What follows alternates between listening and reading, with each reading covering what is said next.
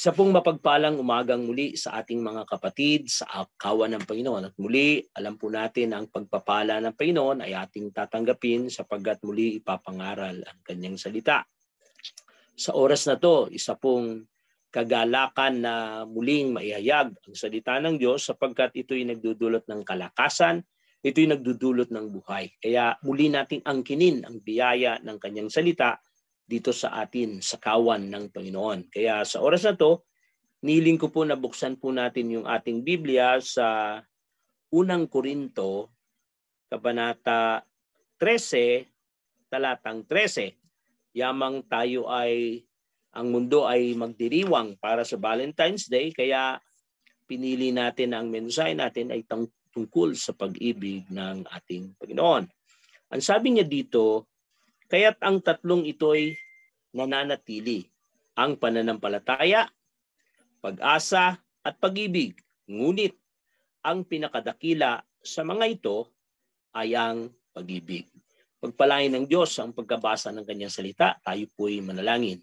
Panginoon, salamat po sa iyo sa oras na to na muli ang kininamin na ang pagpapala mo ay iyong ibibigay, iyong ipagkakalob sa amin sa pamamagitan ng iyong salita.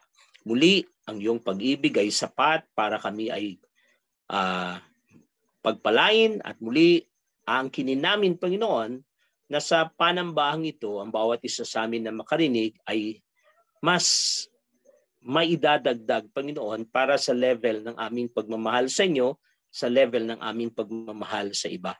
Panginoon, naniniwala kami na ang buhay namin ay nakalaan sa inyo at kayo ang tutulong sa amin sa lahat ng oras. Salamat po, Panginoon. Ito po ang aming panalangin, nanginiling sa Banal na Espiritu ang pangunguna sa iyong salita, ang pangangaral nito, ang pag-unawa at pagkikinig nito, digit sa lahat sa pagtanggap at pagsasabuhay ng lahat ito. Ito po ang aming panalangin sa pangalan ng Panginoon Jesus. Amen. Dito sa 1 Corinthians chapter 13, malinaw na idiniin ni Apostol Pablo ang kalagayan ng pag-ibig. Bagamat sa dulo, binanggit yung tatlong bagay, pero ang pinakapunto nito ay yung pag-ibig. Ito'y katugunan ni Pablo dun sa suliranin ng mga taga-Corinthians. Maalala natin, nung pinag-aaralan natin to sa ating Bible study sa Kawan, itong Corinthians, ito yung iglesia na punong-puno ng mga problema, issues, na parang Kristiyano, na parang hindi Kristiyano. Mga mananampalataya, pero halos lahat ng mga bagay na hindi dapat makita sa isang iglesia ay nakita sa Corinthian Church. Kaya nagtataka si Pablo, nag-aalala siya, bakit meron sa inyong pag-aati-ati, bakit meron sa inyong pagkikiapid, bakit meron sa inyong gantong ugali, merong kawalan ng utang na loob, paglalaban sa isa't isa, mga problema na napakarami pang binanggit na siyang inayos ni Apostol Pablo. At pagdating sa chapter 13, ito yung sinabi niya, ito yung kulang sa inyo. Ito yung tunay na pag-ibig. Ito yung pag-ibig na galing sa Diyos. Ito yung pag-ibig na siyang nagbabago sa buhay ng mga tao. Katunayan, dito, ibuod ko lang ng mabilis ang pag-ibig. Sabi niya sa verse 1 hanggang verse 3, ay dinidiin niya dito na sa kabila ng marami nating ginagawa, ang pag-ibig ang pinakamalaga. Pag inalis mo yung sangkap ng pag-ibig, kahit doon sa napakadakilang gawin mo, makapagsalita ng ibang wika, makapaghula, mag-alay ng kanyang buhay, kung inalis mo yung pag-ibig, sabi ng Biblia, walang kabuluhan ang lahat ng ito. Ibig sabihin, ang pag-ibig ang siyang pinakamahalagang sangkap pagdating sa mga mahalagang bagay na dapat nating gawin sa Panginoon, sa ating paglilingkod. Ang pag-ibig ay bahagi. Kaya ito yung nilinaw niya sa Corinthian Church. Kaya may problema sa inyo kasi yung pag-ibig, wala. Yung pag-ibig, hindi sangkap ng inyong mga ginagawa. Bagamat magagaling kayo, mahuhusay kayo, pero dahil wala yung pag-ibig, may problema. Kaya bilang isang mga Kristiyano, malinaw sa atin na ang pag-ibig ay isang mahalagang sangkap na itinanim ng puso, sa puso natin ng ating Panginoon. Sabi niya sa Romans chapter 5, verse 5, na mismong literal na yung pag-ibig ng Diyos ibinuhos niya sa ating mga puso. Kasi yun ang tanging sangkap para maging epektibo ang ating mga paglilingkod sa Kanya. Kaya ang pag-ibig ay mahalaga. Ang pag-ibig na to. So verse 4 hanggang verse 7, ito na yung lagi nating nababasa. No? Love is patient, love is kind, love is... Dito naman, dinidiin dito ng pag-ibig ay nararamdaman. Hindi lang siya pinag-uusapan, hindi lang siya sinasabi, kundi nararamdaman to ng mga taong nakapaligid sa iyo. Nararamdaman to ng mga taong kausap mo. Maging ng mga taong itinuturing na ikaw ay kalaban o taong sa iyo ay gustong gumawa ng masama o nakagawa ng masama, yung pag-ibig dapat ay nararamdaman. Walang pinipiling tao ang pag-ibig. Katunayan, merong eksena sa Biblia, yung lalaki na nagtanong, yung greatest law, kautusan. Sabi ni Jesus, mahalin mo ang Panginoon mong Diyos nang higit sa lahat. Pangalawa, mahalin mo ang kapwa mo. Sumunod na tayo, sino ang aking kapwa? At binanggit yun yung Good Samaritan. Kaya makita natin doon sa kwento ng Good Samaritan, sino mang nangangailangan, kahit hindi mo yan kalahi, kahit hindi mo yan kamag-anak, o kahit hindi mo yan kakilala, siya yung kapwa mo na dapat mong tulungan. At yun yung pag-ibig. Yun doon pinapakita yung pag-ibig sa kapwa. Kaya ang pag-ibig, hindi lang yan basta at sinasabi ng tao na sa kanyang kakayahan, bagkus ito'y nararamdaman. At yung pangatlo, ito ay tumatagal. Kaya sabi niya sa dulo, maglalaho ang lahat, pero ang pag-ibig mananatili kailanman. So verse 8 hanggang verse 11. Kaya ang pag-ibig, hindi lang siya one time na pagkatapos mong gawin, tapos na. Hindi. Pag siya'y sinimulan, ito'y tuloy-tuloy na. Hindi siya pwedeng tumigil. Hindi siya one time na action sa isang tao, sa specific na lugar, o specific na tao, specific na sitwasyon. Pagkatapos ng lahat ng yon, matatapos ng lahat bagay. Hindi. Ito'y pagpapatuloy. Parang binuksan mo ng gripo, dahil binuksan mo yung gripo, tuloy-tuloy na yun naaagos. Parang ganoon ang pag-ibig. Hindi siya minsanan, hindi siya seasonal. Ito'y pang-tuloy-tuloy. Kaya malinaw na sa kabuuan ng chapter 13, pinaliwanag ang kahalagahan ng pag-ibig.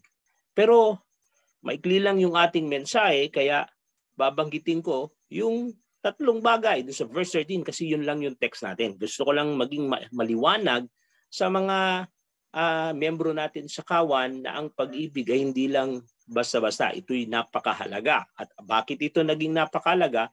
At bakit ito yung malaking tanong bakit mas mahalaga, mas kapangyarihan ito, mas dakila ito kaysa dun sa pananampalataya at kaysa pag-asa?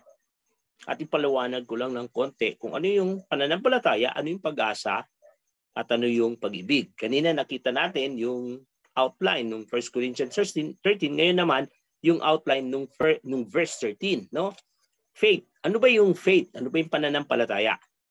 Nahati ito sa tatlo.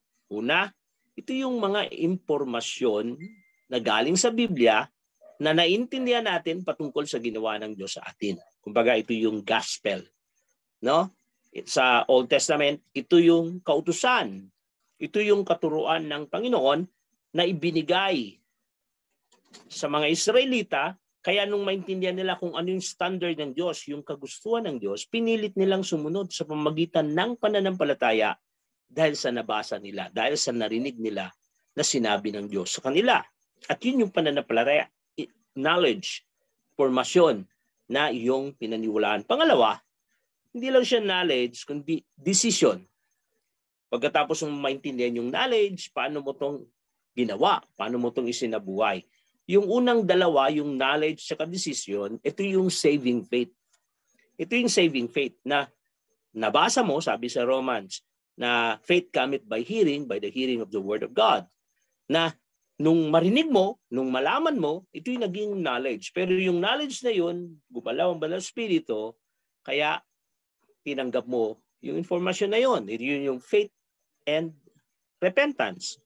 Dahil sa pagtanggap mo, ikay nagkaroon ng kaligtasan. Sa kaya binabanggit na dahil sa pananampalataya, dahil sa biyaya, sa pamagitan ng pananampalataya, tayo'y nangaligtas. Ito yung faith, no? Informasyon, kaalaman patungkol sa Diyos, at yung pangalawa ay yung desisyon yung pag-receive mo or acceptance ng Diyos sa atin at pag-receive mo dun sa gift of God. At yung pangatlo, ito yung practice, yung paano mong ipinapamuhay, yung lifestyle. Paano kang namumuhay? Ang tawag naman dito ay living faith. Imposible, ito yung laman ng book of James. Ipakita mo ang iyong pananampalataya, ang iyong gawa na walang pananampalataya. Ipapakita ko sa iyo yung aking gawa sa pamamagitan ng aking pananampalataya. Ino-oppose ni James yung pananampalatayang walang gawa. Ino-oppose ni James, sabi niya, hindi yan totoo. Baog yan. Kasi ang totoong pananampalataya may kasamang gawa. Ito yung living faith. Pagkatapos mong maligtas, imposibleng walang gawa. Pagkatapos mong maligtas, mararamdaman ng ibang tao yung pagbabagong gagawin ng Diyos sa buhay mo. Ito yung living faith. Ito yung lifestyle. Ito yung Christ-likeness. Ito yung binabanggit ni Pablo na nabubuhay na siya para kay Kristo. Nabubuhay na siya para sa pagsunod sa Diyos. Ito yung nagbabago ng buhay. Ito yung sanctification na tinatawag natin. Kaya malinaw ang pananampalataya, informasyon, wisdom, decision. Ito yung acceptance and receive na ginawa natin. Pangalawa, it is a lifestyle. Kaya nakikita sa atin, imposible na pinaniwalaan mo ang isang bagay na hindi mo naintindihan. At kapag ito'y na iyong naintindihan, ito'y nag-impluensya sa buhay natin. Kaya, pangalawa, yung hope naman. Ano naman yung hope? Ano yung pag-asa? Ano naman yung pag-asa? Pag-asa naman, ito naman yung produkto ng faith. Kung walang faith, walang pag-asa. Kung wala kang pananampalataya, imposibleng may pag-asa. Ito yung product ng faith. Ito yung trusting in His promises. Narinig mo, nalaman mo, nung tinanggap mo siya, naniwala ka sa niya dahil doon, pinapasok mo ang Panginoon sa buhay mo. Pinayagan mo siyang gumalaw sa iyo, kumilos sa iyo, at maghari sa iyo. Kaya, ito yung ang Diyos mismo ang nagtatak o naglagay ng marka. Katunayan, ang Banal Espiritu ang nilagay niya na parang guarantee or parang nilagay niya na mark, na seal para tiyakin na tayo sa Kanya. Ito yung hope na kahit wala pa yung oras na yun, pinaniniwalaan mo na. Pangalawa, mismong binigay ng Diyos si Kristo on our behalf. Kaya, dahil kay Kristo, ito na yung posisyon natin. Nagkaroon tayo ng bagong posisyon na in heavenly realm or in heavenly blessings. Andun yung lahat ng posisyon na matatanggap natin dahil sa connection natin kay Kristo. Ito yung hope. Yung resurrection, ito yung hope. Yung glorified body, ito yung hope. Yung second coming, ito yung hope. Lahat yan ng mga naisulat ng Panginoon. At yung panguli, ano naman yung love? Yung love naman, ito naman ay padalas pinapaliwanag sa iba't ibang paraan. Una, makita natin ito yung tinatawag na phileo. Kadalasan sa Biblia, ang phileo ang halos pinakamaraming beses na nabanggit. Pero ano ba yung phileo? Ito yung brotherly love. Ito yung pag-ibig na ginagamit sa isang kaibigan, sa isang sitwasyon na hindi dahil sa kumbaga non-sexual affair. Kumbaga yun. Alam nyo ba ang phileo love, madalas ginamit din to ni Jesus. Nung si Lazaro ay namatay, nang umiiyak si Jesus, ang sabi ng Biblia, kasi ganun yung kanyang phileo kay Lazaro. Yung pag-ibig ni Jesus kay Lazaro ay phileo, binanggit. Excuse.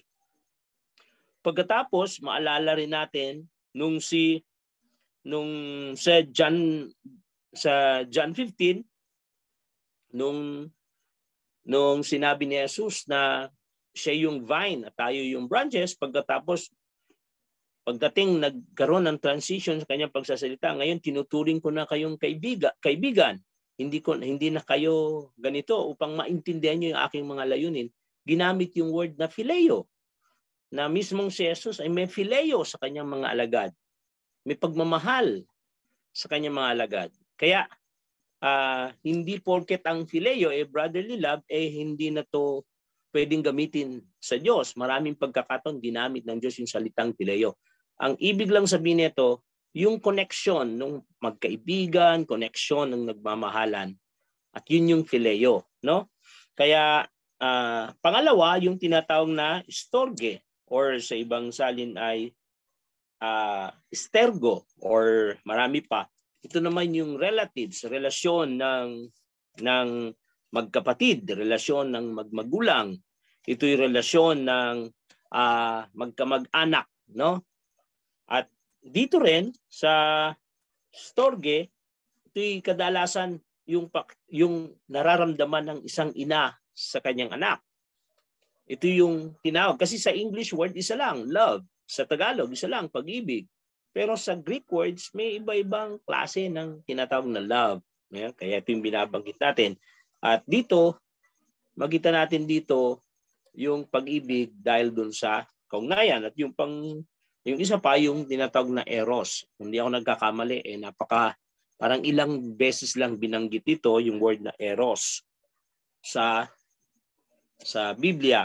Ito yung erotic love, ito yung sensual love, ito yung longing for someone, yung craving at craving dun sa lust or desires or sensual love para dun sa iyong minamahal o sinisinta.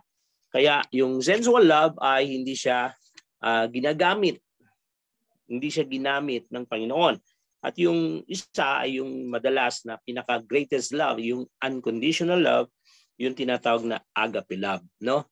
Minsan dati akala ko ang agape love is God's love. Pero kung tutusin, ginamit din yung phileo as God's love. Yung anak ni David nung ito'y nagka-desire dun sa kanyang kapatid na si Tamar, si Amon, ginamit na pag-ibig, sabi ang sobrang taas yung pag-ibig niya kay Tamar, ang ginamit dun is agape, agapao. Kaya anong ibig sabihin? Ang ibig lang sabihin yung greatest love, yung sobrang pagmamahal na nakalimutan mo na yung sarili mo para lang sa Kanya. Yun yung agape. At yun yung pag-ibig na ginawa ng Diyos sa atin. Kinalimutan niya kung sino siya para iparamdam sa atin yung Kanyang pagmamahal. Ngayon, bakit mas mahalaga ang pag-ibig kaysa sa pananampalataya at sa pag-asa? Merong tatlong bagay na babanggitin ko lang mabilis. Una, ang pag-ibig ay karakter ng Diyos. Ito'y karakter ng Diyos. Ito yung nagsasabi kung sino ang Diyos. Sabi niya sa 1 John chapter 4, verse 8. Sabi niya, ang umiibig ay hindi kumikilala sa Diyos sapagkat ang Diyos ay pag-ibig. Ginamit ni Juan yung konsepto na ang pag-ibig ay galing sa Diyos at ang pag-ibig ay palatandaan na ikaw ay nasa Diyos. Kaya pag hindi ka umiibig, isa lang ang ibig sabihin niyan, ni minsan hindi mo nakilala ang Diyos.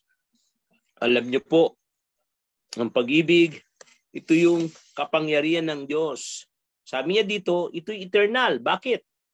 Kaya ito'y higit kaysa sa pananampalataya at kaysa sa pag-asa. Kasi yung pananampalataya, kagaya ng binanggit natin kanina, walang gospel kung walang love. Sabi niya, for God so loved the world that He gave His only begotten Son. Sabi niya sa John 3:16. Wala kang mababasa na salita ng Diyos, wala kang tatanggapin kung walang ginawang pag-ibig. Ang tao nangangailangan ng manampalataya para siya maligtas. Pero ang Diyos, hindi niya kailangang manampalataya kasi siya mismo ang dapat sa palatayanan. No? Pero ang tao kailangang umibig, pero ang Diyos din ay karakter ng pag-ibig. Ibig sabihin, dito sa tatlo, ang karakter ng Diyos ay yung pag-ibig. Hindi yung faith at hindi yung hope. Kasi yung faith and hope, parehas pang tao yan. Parehas na kailangan ng tao, parehas na ginagawa ng tao. Ang tao nabubuhay sa pag-asa. Ito'y Kadalasan binabanggit yung word na pag-asa, yung pagpapalit ng ating resurrected body, yung ating glorified body. Tinawag yun na pag-asa, yung second coming, yung pag-alis natin sa mundong ito na puno ng hirap. Sabi dun ay pag-asa. Pero ang Diyos hindi niya kailangan yun. Hindi niya kailangan kasi siya nga ang kumokontrol ng lahat. Kaya yun ang unang dahilan kung bakit mahalaga ang pag-ibig kesa dun sa dalawa. At ano ngayon ang epekto sa atin? Kita natin, dahil yun ay eternal, ang pag-ibig ay eternal, lahat ng bagay mawawala. Pero ang pag-ibig hanggang sa langit, pagdating natin dun sa final destination natin, nandun pa rin yung pag-ibig. Nandun pa rin yung pagmamahal ng Diyos. Ang Diyos pa rin ang gumagawa at tumikilos sa puso natin na inimpluwensya yung salitang pag-ibig. Kaya ito yung faith and hope are things God has provided for man. Kaya mas dakila yung pag-ibig kasi yung pag-ibig naman ay si mismong ang Diyos mismo. Siya mismo yung karakter ng pag-ibig. Kaya dito, alam nyo ba, ito yung hindi maintindihan ng mundo, hindi matanggap ng mundo, yung pag-ibig na ginawa ng Diyos. Bakit?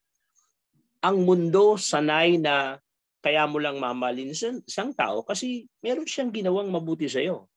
Kaya mo siya mamahalin kasi meron siyang karakter na hinahangaan mo o nasa kanya yung mga bagay na magpapasaya sa iyo. Yun ang dahilan kung bakit umiibig ang tao.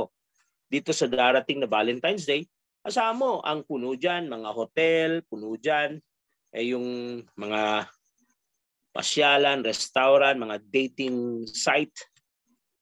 Makita mo mismong ang mga bulaklak, ang mga pangregalo, nagmamahal pagdating ng Valentine's Day. Bakit? Kasi doon nakafocus yung tao. Doon nakatuon yung konsepto ng tao. Na kung saan yung ginawa ni Jesus ay baliktad. Kinalimutan niya yung sarili niya at iniandog niya para sa mga tao.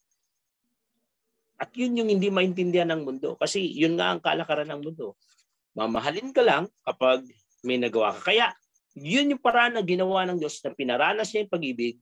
Kaya yung worldly love ng tao naggumalaw, tumugon. Oops, may nagmahal sa akin. Oops, may namatay. Ay, may namatay para sa akin. May nagbayad ng aking kasalanan.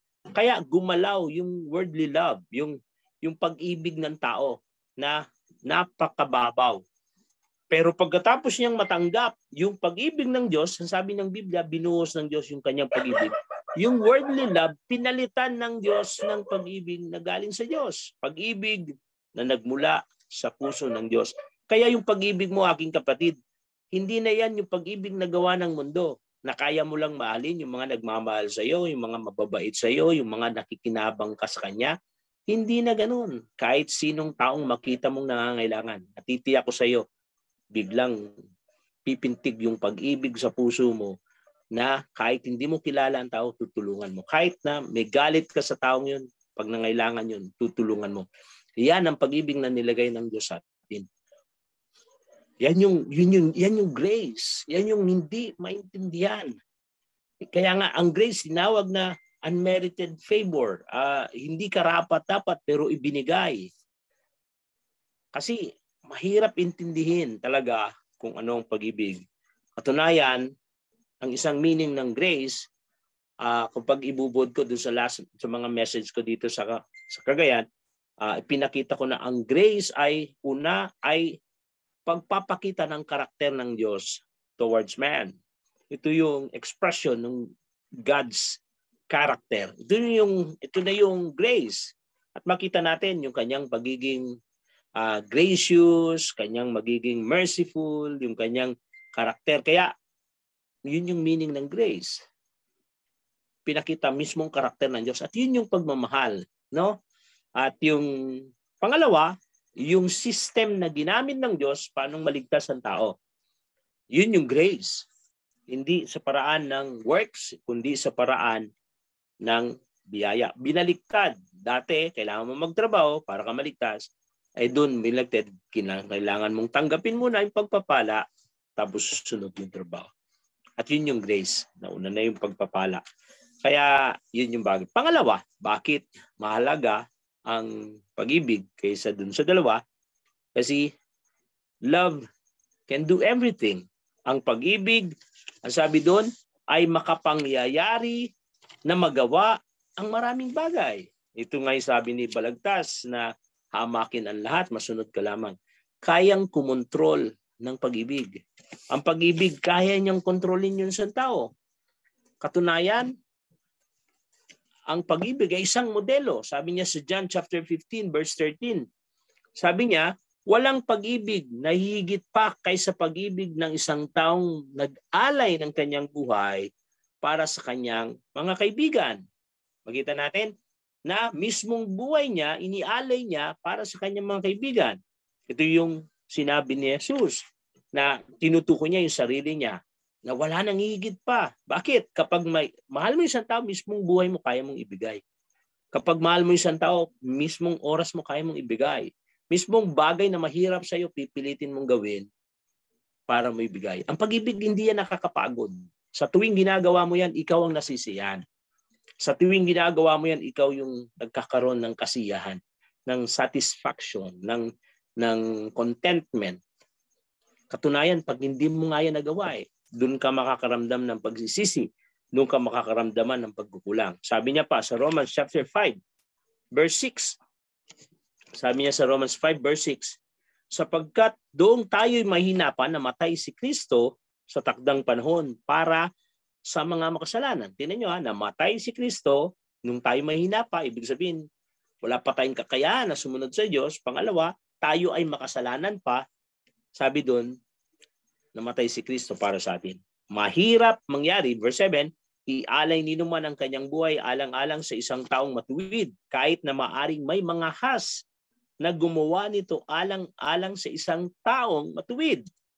Verse 8, ngunit pinadama ng Diyos ang kanyang pag-ibig sa atin nang mamatay si Kristo para sa atin noong tayo'y makasalanan pa.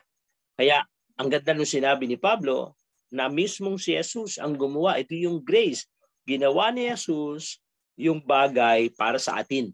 Namatay siya para sa atin. Sabi niya, mayroong taong kayang gumawa niyan. Kaya lang para sa matuwid na tao, para sa kanyang nanay, para sa kanyang pamilya, para sa kanyang anak. Pwede niyang gawin yan. Pero yung gawin mo to sa kaaway mo, gawin mo to doon sa bumabas sa iyo, gawin mo to doon sa mga taong may galit sa iyo, imposible. Pero sabi si Jesus, namatay nung tayo'y makasalanan pa. Nung tayo'y mga kaaway pa ng Diyos. Nung tayo'y mahihina pa. Binigay ni Jesus ang kanyang buhay para sa atin. Pag tinignan mo yung buhay ni Jesus, siya ay galing sa langit, siya ay Diyos. Nagawa niyang ibigay yung buhay niya para sa atin na mga tao na nilikha niya lang. Doon mo makita yung dakilang pag-ibig. Kaya sabi doon, ang pag-ibig can do everything. Ang pag-ibig ay makapangyarihan. Ang pag-ibig, magagawa niya ang lahat ng bagay. Tunayan, ang pag-ibig, ito yung ginawa ng Diyos para sa atin. Kaya niya sa Ephesians chapter 2, verse 4 hanggang 9, sabi niya dito, subalit napakasagana ng habag ng Diyos at napakadakila ng pag-ibig niya sa atin. Tayo'y binuhay niyang kasama ni Kristo nung tayo'y mga patay pa sa ating mga pagsuway. Naligtas nga kayo dahil sa kanyang kagandahang loob. Dahil sa ating pagkikipag-isa kay Kristo Jesus, tayo'y muling binuhay na kasama niya upang mamunong kasama niya sa kalangitan. Ginawa niya ito upang sa darating na panahon ay maipakita niya ang di masukat na kasaganaan ng kanyang kagandahan loob sa pag-ibig niya sa atin sa pamamagitan ni Kristo Jesus.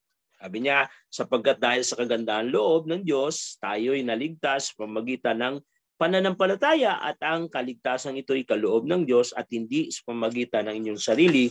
Hindi ito bunga ng inyong mga gawa, kaya't walang dapat ipagmalaki ang sinuman. Kaya dito pinakita na mismong si Jesus yung bagay na mahirap ay nagawa niya kasi mahal niya tayo. At yung pag-ibig na yon ipinabadama niya sa atin hindi dahil sa may nagawa tayo, hindi dahil sa mabait tayo. Sabi doon, tayo'y makasalanan. Sabi doon, wala ngang puntos yung ating works, yung ating gawa. Kundi yun ay sa pamagitan ng biyaya. Ito yung pag-ibig ng Diyos para sa atin. Kaya napakahalaga nito. Alam nyo, yung kung binanggit doon yung word na grace, alam niyo yung grace, minsan hindi yan matanggap ng tao kasi Ipinipilit ng tao yung works yung kanyang kakayanan Alam nyo, ang tao minsan ayaw tatanaw ng utang na loob. May naranasan na kayo, mayroon kayong tinulungan, pero pagkatapos yung tulungan, magbibigay ng pera. No? Bagamat minsan, act din yun ng kanyang grace, pero minsan, may mga tao na gustong-gusto lagi na tumatanggap, pero may mga tao mas gusto niya yung nagbibigay. Mas gusto niya yung nagbibigay. Minsan, dahil alam niya na yun yung tama o karakter niya na yun, or dahil ayaw niyang tumanggap na sabihin na tinulungan siya, parang kahihiyan sa kanya yung tumanggap ng tulong galing sa iba. Nawa, hindi ganoon, no? Kasi kung ganoon, may problema. Kaya yun yung karakter ng tao. Yung grace is unmerited favor, pero minsan hindi sila papayag. Pinipilit pa rin nilang maglingkod sa Diyos sa paraan ng kanilang gusto. Kailangan may gagawin sila para sa Diyos. Kala nila maliligtas sila para sa Diyos. Kala nila kaya sila naliligtas dahil sa mga mabubuti nilang ginawa. Pero nakakalungkot Ginawanan ng Diyos yung kanyang pag-ibig, pero yung tao bulag. Tinatanggihan niya yung sistema ng grace. Yung sistema na ginawa ng Panginoon at pinipilit niya yung sistema niya at sinasabi niya mahal niya ang Panginoon. Okay, kaya medyo problema. Pagdating din sa ministry, makita natin yung pag-ibig ng Diyos hindi lang nalimitahan doon sa kanyang pagsakripisyo, pagbayad ng ating kasalanan, hindi lang nalimitahan yung kanyang paglapit sa atin para muli niya tayong maging karelasyon. Isipin mo, dating makasalanan, ngayon karelasyon ng Diyos. Hindi niya yung tinignan. At yung panguli, ginamit niya pa tayo. Dati kang makasalanan pero ginagamit ka niya. Grabing karakter ng Diyos to. Talagang kakaiba siya. Kaya nga, pagsasayang yung mag-isip ka na hindi ka karapat-dapat sa Diyos, mga kapatid. Pagsasayang sa buhay na sabihin mo na baka hindi ka natanggapin ng Diyos. Anumang kasalanang nagawa natin, kaya tayong patawarin ng ating Panginoon. Kaya niya tayong ibigay ang lahat ng ating pangailangan. At panguli dito ay magtatapos, love touch man's life. Nagbabago ang buhay ng mga tao dahil sa pag-ibig. Kayang baguhin ng Diyos ang buhay ng tao sa pag-ibig. Ulitin ko lang Una, ang pag-ibig ay karakter ng Diyos. Ito'y pinadama sa atin. Pangalawa, ang pag-ibig ay makapangyarihan na magagawa niyang maraming bagay. Pangatlo, ang pag-ibig ay nagbabago sa buhay ng tao. Hindi nga ito one time. Pagkatapos mo itong tanggapin, pagkatapos itong pumusok sa puso mo, gagalaw ito. Manganganak ito. Mabubuhay ito at ito'y magbabago ng buhay ng tao. Sabi niya sa kanyang mga disipulo, nung bago siya umalis, sabi niya, malaking gagampanan kapag yung karakter ko ay nasa inyo. Kaya sabi niya sa John chapter 13, verses 35, sabi niya dito, kung kayo'y mag-iibigan, makikilala ng lahat na kayo'y mga alagad ko. Tingnan niyo ang ginamit niyang modelo na dapat tandaan niyo mga alagad ay yung pag-iibigan. Pag kayong nag-iibigan, yun ang pinakamatibay na ebidensya na kayo nga'y alagad ko, na kayo'y sa akin. No? Isipin mo sa iba, napakahirap ng credential, napakahirap ng mga paraan paanong magawa to. Kailangan mo certificate, kailangan mo ng recognition, kailangan mo ng diploma para may credit ka na ganito. Pero kay Jesus hindi.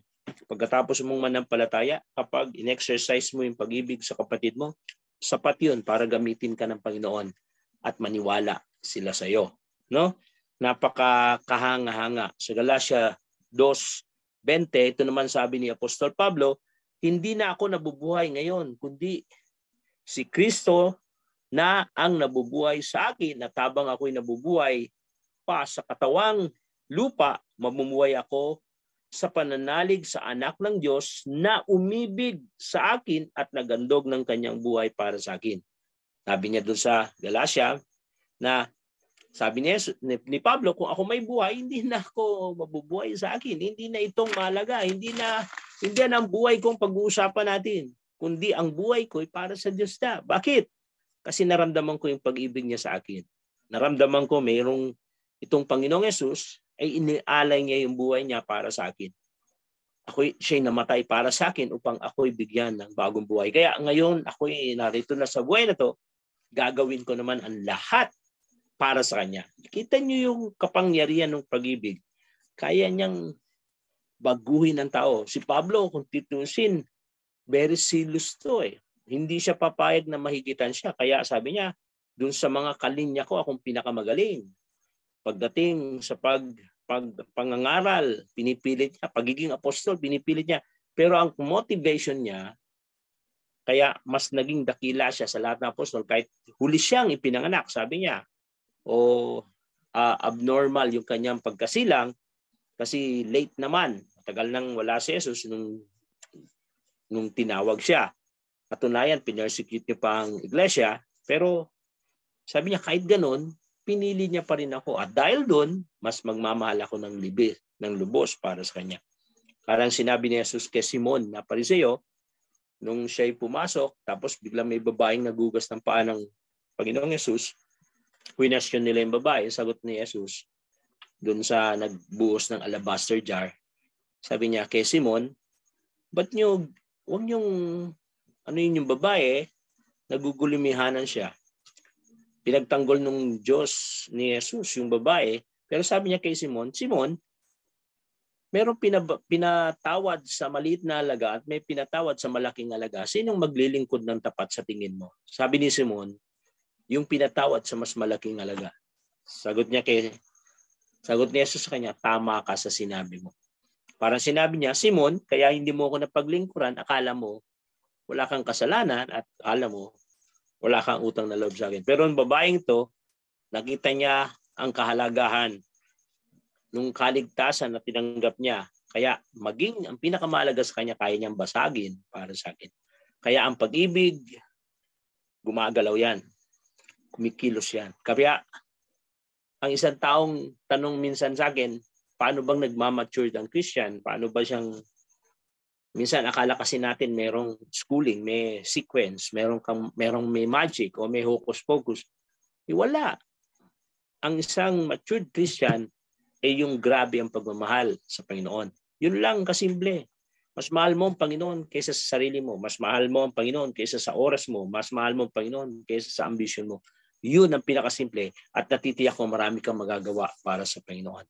Kasi ang Panginoon gumawa ng napakaraming bagay para sa atin. Kaya nung tanggapin mo yan, imposibleng wala kang gagawin para sa Panginoon. Mga kapatid, yung pag-ibig na itinanim ng Panginoon sa puso mo, hindi pag-ibig na katulad ng sa mundo, kundi pag-ibig ng katulad na nasa Kanya. Kaya nung tinanggap natin to, ito'y nabuhay, tiyak, tatanggapin natin ang Panginoon. Kaya nung nakaraan sa National Bible Day, na-bless ako dun sa message nung si Pastor Brooks na ang sabi niya, yung common ground. Hanapin niyo yung common ground. Minsan ito yung problema.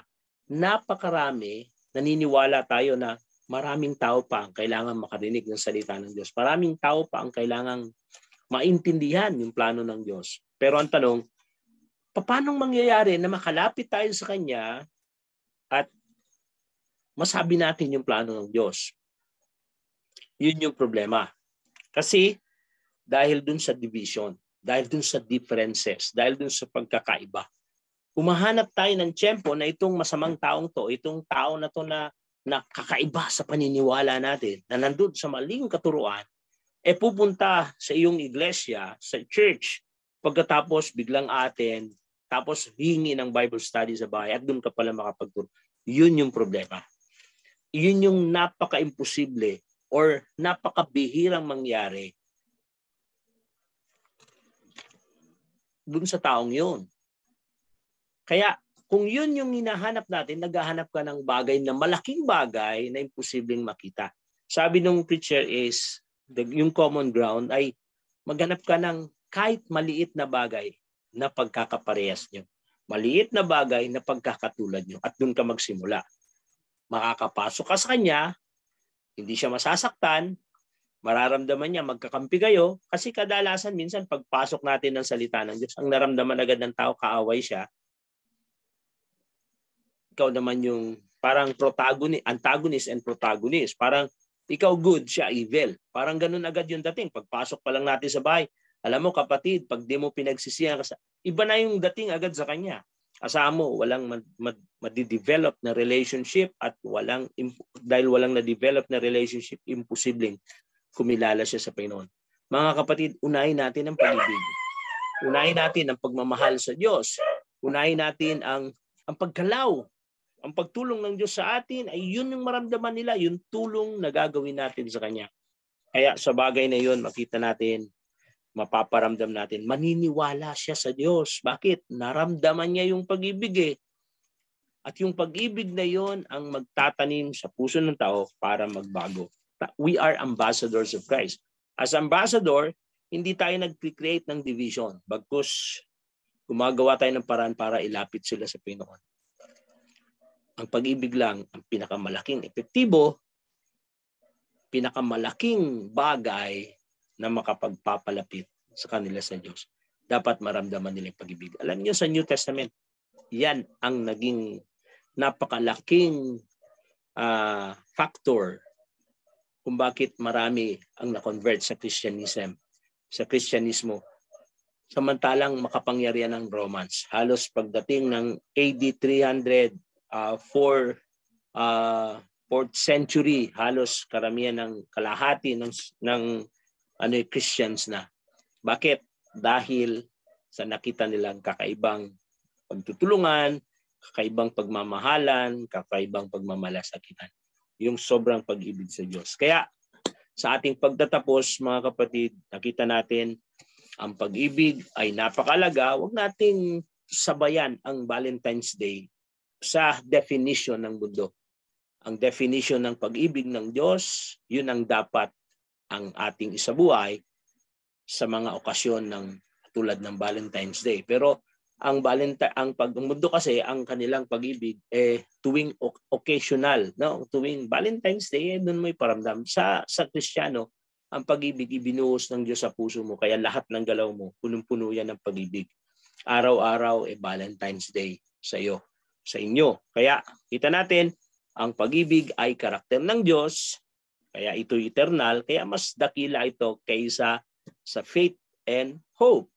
At hindi lang yon kasi ito ay makapangyayari o makakapagawa ng anumang bagay na gusto ng Diyos na mangyari o mga gusto mong mangyari dahil sa pag-ibig. No? At yung panguli, ito'y nagbabago sa buhay ng tao.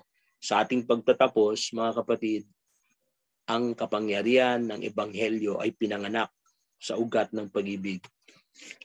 Kaya nagkaroon ng Ebanghelyo, kaya nagkaroon ng kaligtasan dahil sa pag-ibig ng Diyos. At yun yung love story.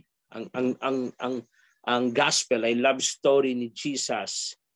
Love story ng ating Panginoon sa atin. Kung paanong sobrang pagmamahal na ginawa niya na maging yung kanyang bugtong na anak para kay Jesus, maging ang kanyang sariling buhay ay inialay niya para sa atin.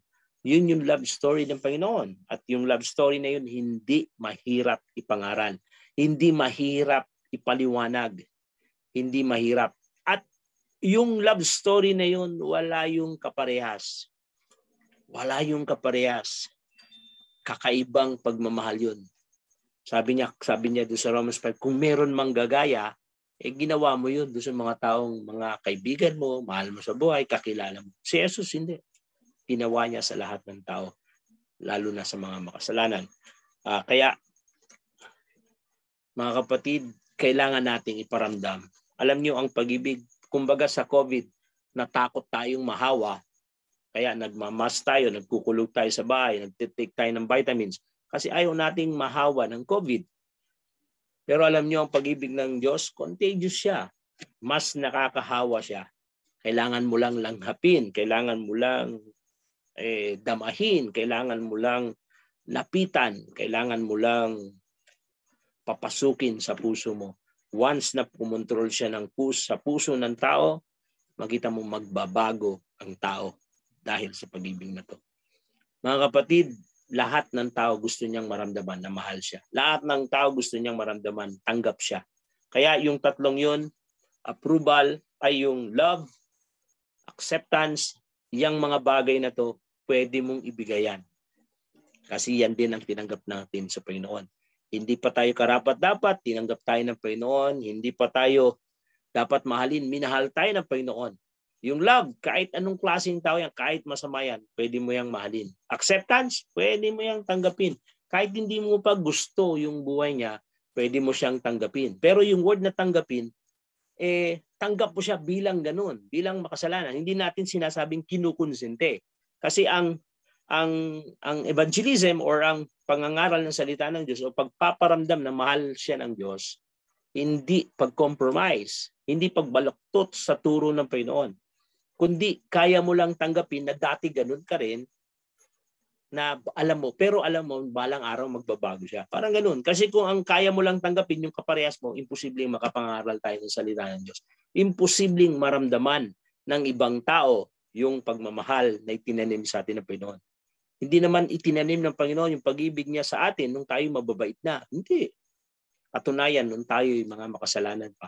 At yun din yung gusto ng Panginoon. Itanim natin yung pag-ibig natin sa ibang tao kahit na siya ay kakaiba sa atin. No? Panguli, yung approval, yun yung maselan. Huwag mong ibibigay yung approval kung alam mong hindi pa tama yung kanilang ginagawa. Pero ibigay mo yung acceptance, bigay mo yung love. Pero approval, wag. Kasi pag sinabi mo, halimbawa, bisyo, ako, tumutumpok ako sa umiinom ng alak. Pag may mga okasyon sa barangay, nakaupo ako sa kanila. Pero at least, malinaw na malinaw, parang sa akin, pwede namang wag akong umupo eh. Kaya lang ang problema, pag wag ako umupo, mararamdaman nila, pinandidirihan ko sila. Pero, kaya ako binanggit yung at least, na kahit nakaupo ako, nakapag-ministeryo ako, kahit na may mga alak, nararamdaman nila na hindi ko kinukonsente yung alak, pero hindi ko sila pinandidirihan. Katunayan, pag ako'y nakaupo, mas marami sa kanila, yung inumin nila, ang bagal ng ikot, hindi halos gumagalaw. Nahihiya sila pag nandun ako. Kaya minsan, pag napansin kong gano'n, exit na ako. Paunti-unti, iwalay ako, tatalikod ako, makipagkwentuhan ako sa ganito. Ibig sabihin, yung paggalang naman nila sa akin, natanggap ko rin. Pero subukan nyo, binaliktad ko. Pagdating ko pa lang, i-question ko sila. Ay, lalo nilang bibilisan yung pag-inom niya. Kakantsawan ka pa niyan, tatawanan ka yan. Di ba? Ganun ang tao. Pag nasaktan siya, mananakit siya. Pero pag ginalang mo siya, gagalang ka niya. Ngayon, kung ginagalang mo siya at ginagalang ka niya, may tsansa na madala mo sa kanya yung liwanag ng Panginoon. May posibilidad na madala mo sa kanya. Kaya pwede mo siyang mahalin, pwede mo siyang tanggapin, nang hindi kino-compromise yung salita ng Diyos. Tayo manalangin. Panginoon, maraming salamat sa iyo. Nawa, sa salitang ito ay tinanggap namin ang pag-ibig na galing sa iyo, hayaan mong ibigay din namin ng marapat sa iyong mga anak. Tulungan niyo po kami na bilang mga miyembro ng kawan, bilang pinili mo, pinagkaisa mo, Panginoon, yung pag-ibig na inialay mo ang iyong buhay para sa amin, para sa iyong mga tupa, yun din po ang panalangin namin, na huwag naming sayangin ang karakter mo na itinanim mo sa puso namin. Yung karakter mo, yung sa sumpaan na ibinigay mo sa amin, dahil pumasok kami sa sumpaan, tiyak, yung karakter mo ay katulad ng karakter namin. Ipinapasa mo, Panginoon, upang marami pang tao ang lumapit sa iyo, pumasok sa iyong pastulan, upang muling tanggapin ang kabutihan ng iyong pagiging punong pastor. Salamat, Panginoon. Sa iyo po namin nilalapit na ang iyong kapangyarihan ang siyang patuloy na gumabay sa bawat isa sa amin, sa aming pamilya. Paano kaming mamuno, paano kaming makipag-usap, komunikasyon ng magkapatid, ng kanyang asawa, ng bawat isa. Bilang iyong mga anak, makita, Panginoon, na magliwanag kami kasi kami ay nagmamahalan, kami ay nagmamalasakitan. Sa bawat magkakabahagi sa miyembro ng iglesia, magkakapatiran, Panginoon, iparamdam niyo po, Panginoon, yung tunay na pagmamahal. Hindi pagmamahal kasi may nakikinabang kami, kundi pagmamahal kasi nakikinabang sila dahil sa kabutihan namin na galing din sa kabutihan mo. Tulungan niyo, Panginoon, sa buong kawan na mapaliwanag, Panginoon, ang gantong klase ng pagmamahal na galing sa iyo. Salamat, Panginoon, pagpalain mo ang iyong mga anak, kaya mo tanggapin namin ang pagpapalang galing sa iyo. Ito pong aming panalangin sa pangalan ng aming Panginoon Yesus. Amen. God bless you.